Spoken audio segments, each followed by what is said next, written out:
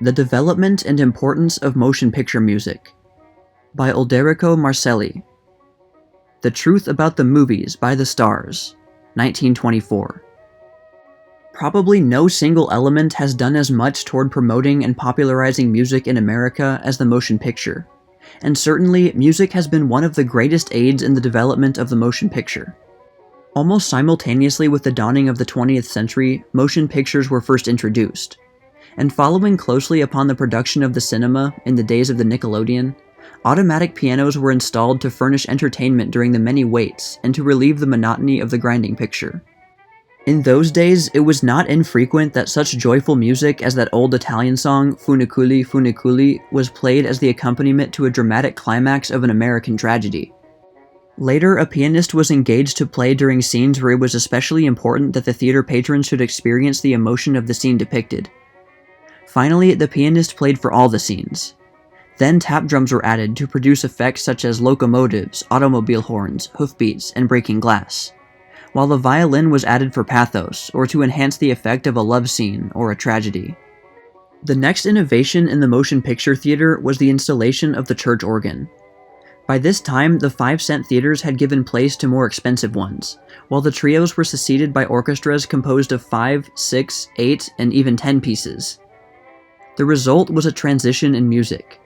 An attempt was made to fit the music to the picture and to portray the emotions depicted upon the screen.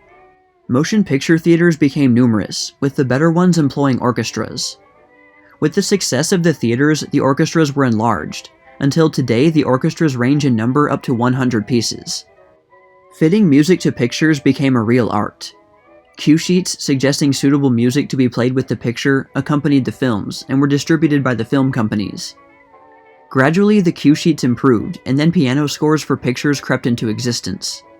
With The Birth of a Nation, scarcely a decade ago, the first musical score for orchestras was arranged for 40 pieces, being fitted to the picture appropriately and accurately. Realizing that well-selected music greatly enhanced the value of the motion picture and literally gave voice to the silent drama, other directors were not slow in aspiring to the standard established by Griffith. They too had musical scores made to accompany films. Thus, they created what might be well termed the musical their masterpieces, and often sent orchestras on tour with their cinema. A new field was opened to composers who began writing music solely for pictures, out of which grew a great industry. To the orchestra director, too, much credit is due, for to fit a picture with its ever-changing scenes, the music must be synchronized with the greatest care. By synchronizing is meant the exact timing of the accompaniment to the score, which entirely obviates the old-time sudden stops and jarring changes in the musical setting. The musical selection for one scene must flow into and blend harmoniously with that of the next scene, with no breaking of phrases or overrunning of cues. Every number must fit the situation upon the screen to a nicety of detail.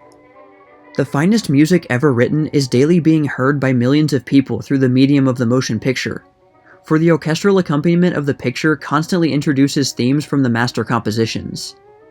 In addition to which, the ever-popular concerts have become a fixed part of the program in the motion picture.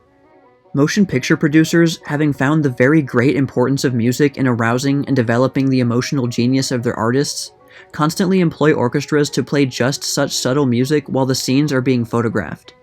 Music has gone hand in hand with the development and advancement of the motion picture industry, which ranks as one of the world's leading industries.